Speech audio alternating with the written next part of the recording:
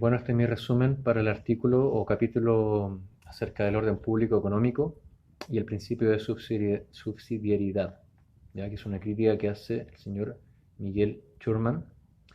Primero describe qué es vendría a ser, según los diferentes autores, este concepto o idea del orden público económico, de la mano con el principio de subsidiariedad, y cómo, según los diferentes autores, este emana de la Constitución Política de la República, o también, según otros autores, cómo está presente en forma inmanente como una fuente positiva del derecho en los aspectos económicos. Después él va descartando estas doctrinas por ser imprecisas, por ser carentes de argumento, digamos, racional. Presentan tan variadas concepciones de este concepto o idea del orden público económico que hacen que en sí mismo esta idea de que exista vaya debilitándose en base a la lógica. Eh, em,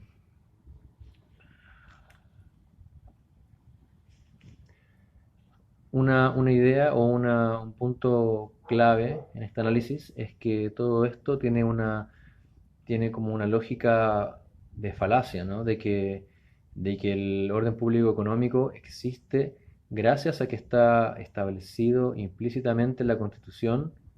Para algunos sí está explícitamente, pero para otros no. Y a su vez, la Constitución está respaldada, el espíritu de la Constitución está respaldado en una visión de que existe el orden público económico. Entonces, es qué existe primero, qué existe después. Entonces, al ser impreciso, toda esta idea, digamos, circular, pasa a ser una idea falaz. La jurisprudencia, a su vez, ha utilizado de manera muy poco objetiva este argumento de la existencia del orden público económico en sus resoluciones judiciales para argumentar diferentes aspectos, tanto como la intervención del Estado, como también argumentar también como para limitar la capacidad contractual, ¿no? Sí, el límite de la voluntad contractual, ¿no? De las partes. No pueden ir más allá de lo que vaya en contra del orden público económico, y también como justificante del poder sancionatorio del Estado en base al bienestar del orden público económico. Entonces, en todo esto principalmente se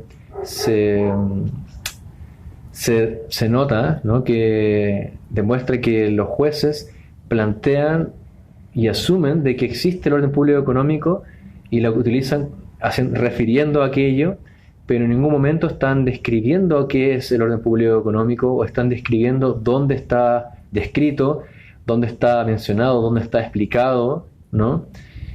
Cuáles son sus límites o cuáles son sus implicancias, sino que lo utilizan de una manera vaga y antojadiza, resumido en este tipo de tendencias de resoluciones que hemos mencionado. Pero es todo impreciso, todo no es claro, no es objetivo. Entonces terminan siendo sentencias contradictorias, arbitrarias, y nos ponen en un gran riesgo jurídico, dice el autor, que esto pasa a ser algo alarmante, ¿ya? Inseguridad jurídica, ese es el concepto. El autor también propone abandonar el uso de este concepto de orden público económico.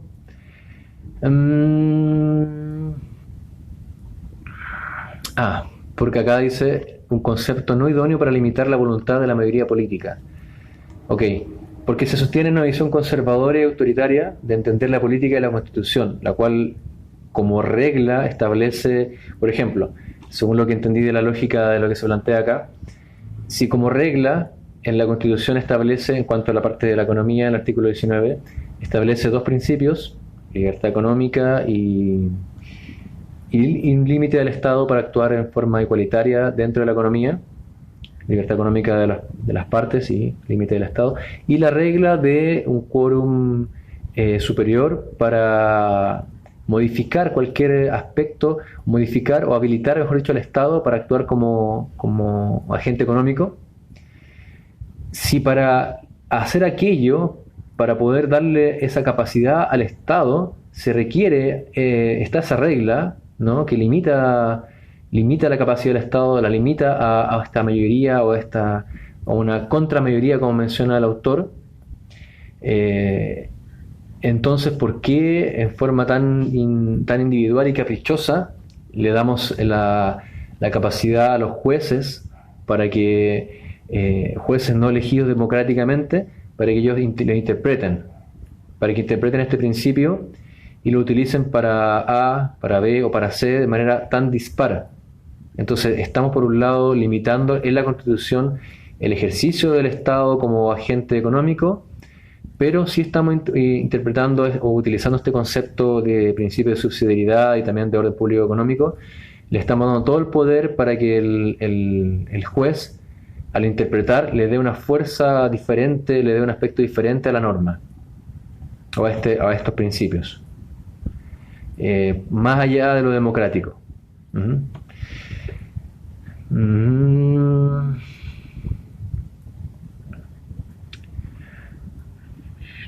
Ya, la Constitución a su vez no consagra de manera expresa el principio de subsidiariedad. Entonces el autor sugiere rechazarlo como un pivote filosófico de este orden, de este supuesto orden público económico.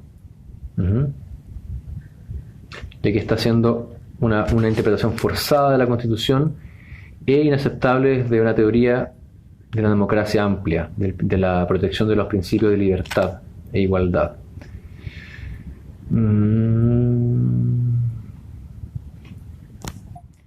Y finalizando,